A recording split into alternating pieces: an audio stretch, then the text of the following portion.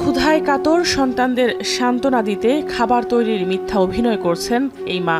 ঘরে চাল না থাকায় পাখির খাবার থেকে পাথর আলাদা করছেন তিনি।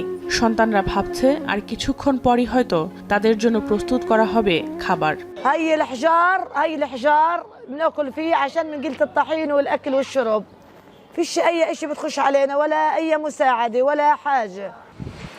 বান্ডেল থাকলে প্রতি সেনমানিতে টাকা বাঁচবে।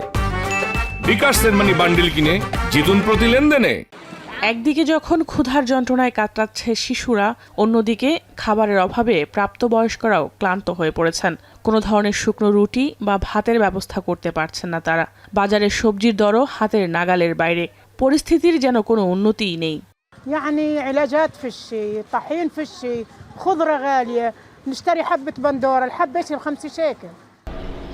গত প্রায় 2 মাস ধরে গাজা উপত্যকায় কোনো ধরনের খাবার ও অন্যান্য জরুরি সহায়তা প্রবেশ করতে দিচ্ছে না ইসরায়েল। এতে চরম মানবিক সংকটে পড়তে যাচ্ছে গাজার লাখ লাখ ফিলিস্তিনি, যেখানে সবচেয়ে নাজুক পরিস্থিতিতে শিশুরা।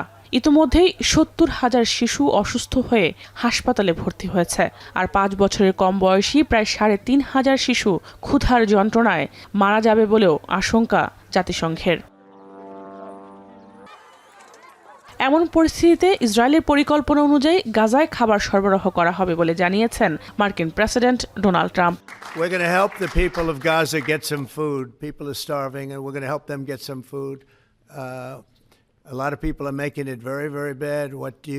If you look, Hamas is making it impossible because they're taking everything that's brought in. But we're going to help the people of Gaza.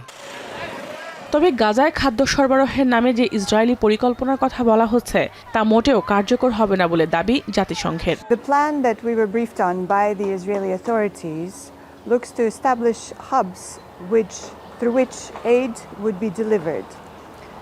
This contravenes humanitarian principles, as this would basically shut down the existing aid delivery mechanism that already operates within the bounds of humanitarian principles.